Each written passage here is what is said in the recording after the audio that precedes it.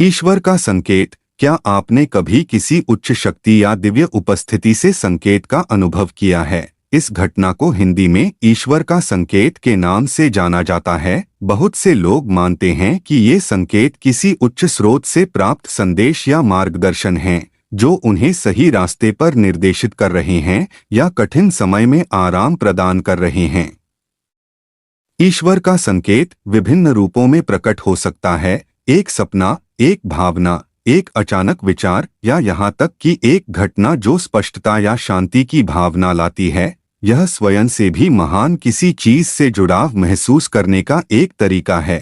चाहे आप आध्यात्मिक व्यक्ति हो या नहीं, इन संकेतों पर ध्यान देने से आपके जीवन में उद्देश्य और समझ की भावना आ सकती है। यह ब्रह्मांड पर भरोसा करने और यह विश्वास करने के बारे में है कि यहाँ एक बड़ी योजना काम कर रही है। अगली बार जब आप स्पष्टता के क्षण का अनुभव करें या कोई संदेश प्राप्त करें जो ऐसा लगे कि यह परे से आ रहा है, तो इसे ईश्वर का संकेत माने। 100 में अनुस्मारक कि आप इस यात्रा में अकेले नहीं हैं। इसे खुले दिल से अपनाएं और इसे आपको अपने सच्चे मार्ग की ओर ले जाने दें। उत्तर प्रदेश के एक शहर में सेठ रतन लाल का बहुत बड़ा व्यापार था। शहर के बीचों बीच उनकी बहुत बड़ी सी कोठी में उनका भरा पूरा परिवार, जिसमें 4 बेटे, बहुएं और पोते पोतियां रहते थे। धन दौलत की कोई कमी नहीं थी। सब तरह से समृद्ध होने के बावजूद उनकी सबसे बड़ी समस्या थी कि उन्हें रात को नींद नहीं आती थी। दिन भर वो काम में व्यस्त रहते थे, लेकिन रात होते ही उन्हें बेवजह बेचैनी सी होने लगती थी, जिसकी वजह से वो सो नहीं पाते थे। एक रात सेठ रतन लाल बहुत परेशान हो गए। उन्होंने कुछ पैसे निकाले और अपनी कार लेकर पास ही के एक मंदिर में चले गए। कुछ देर भगवान के पास बैठे तो उन्हें थोड़ा सुकून मिला। अब जैसे ही वहां से जाने लगे, तभी एक गरीब व्यक्ति भगवान के पास आकर प्रार्थना करने लगा। भगवान से प्रार्थना करते करते उसकी आंखों से आंसू निकलने लगे। सेठ रतन लाल ये सब देख रहे थे, तो उन्होंने उस व्यक्ति से पूछा, क्यों भाई, इतनी रात को मंदिर में आकर तुम रो क्यों रहे हो? ऐसा भी क्या हो गया तुम्हारे साथ? वो व्यक्ति बोला, मेरा बेटा बहुत बीमार है और इस वक्त वो अस्पताल में है। मेरे पास उसके इलाज के लिए पैसे नहीं है। अगर कल सुबह तक उसका इलाज नहीं हुआ तो वो बच नहीं पाएगा।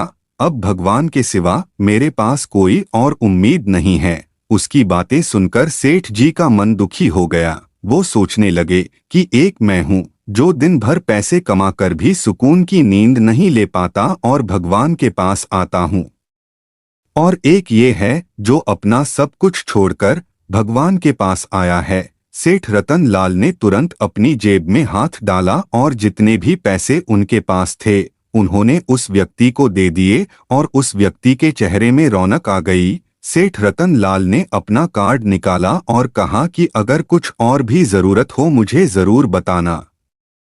लेकिन उस व्यक्ति ने कार्ड वापस कर दिया और सेठ रतन लाल को बोला कि मुझे इस पते की जरूरत नहीं, क्योंकि मेरे पास उसका पता है। सेठ जी आश्चर्य में पड़ गए और बोले, तुम्हारे पास किसका पता है भाई? गरीब व्यक्ति बोला, उसी का जिसने इतनी रात को आपको यहाँ मेरी मदद के लिए भेजा। सेठ जी मन ही मन मुस्कुराने लगे। उस गरीब आदमी की मदद करके सेठ जी का मन बहुत हल्का हो गया और उनकी बेचैनी भी कम हो गई। सेठ जी वहां से चले गए और चैन की नींद सो गए। एक तरफ तो कुछ लोग जो कहते हैं कि भगवान होते ही नहीं हैं और जब उन पर कोई मुसीबत आती है तो वो सीधा भगवान की तरफ ही दौड़ लगाते हैं। ऐसे लोगों को भगवान पर विश्वास नहीं होता। अगर हमें विश्वास है तो सब कुछ है, अगर नहीं है तो फिर कुछ भी नहीं है। परेशानियों और दुख से घिरे व्यक्ति की मदद भगवान हमेशा किसी न किसी रूप में जरूर करते हैं, लेकिन उसके लिए हमें भगवान पर विश्वास होना भी जरूरी है। बिना विश्वास के पूजा पाठ, भक्ति, ये सब चीजें किसी काम की नहीं हैं। भगवान पर आस्था होना, उस पर विश्वास होना बहुत जरूरी है।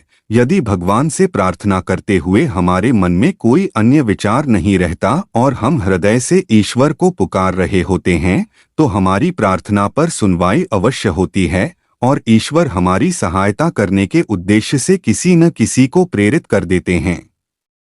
इसीलिए हमारी पूजा पाठ, जप, प्रार्थना हृदय से होनी चाहिए। मुझे पूर्ण विश्वास है कि आपको ईश्वर का संकेत का यह प्रसंग अच्छा लगा होगा। यदि आप चैनल पर नए हैं या चैनल को सब्सक्राइब नहीं किया है तो कृपया वीडियो के ठीक नीचे दिए हुए सब्सक्राइब बटन को दबाकर ऑल पर क्लिक अवश्य करें। वीडियो को अधिक से अधिक शेयर करें।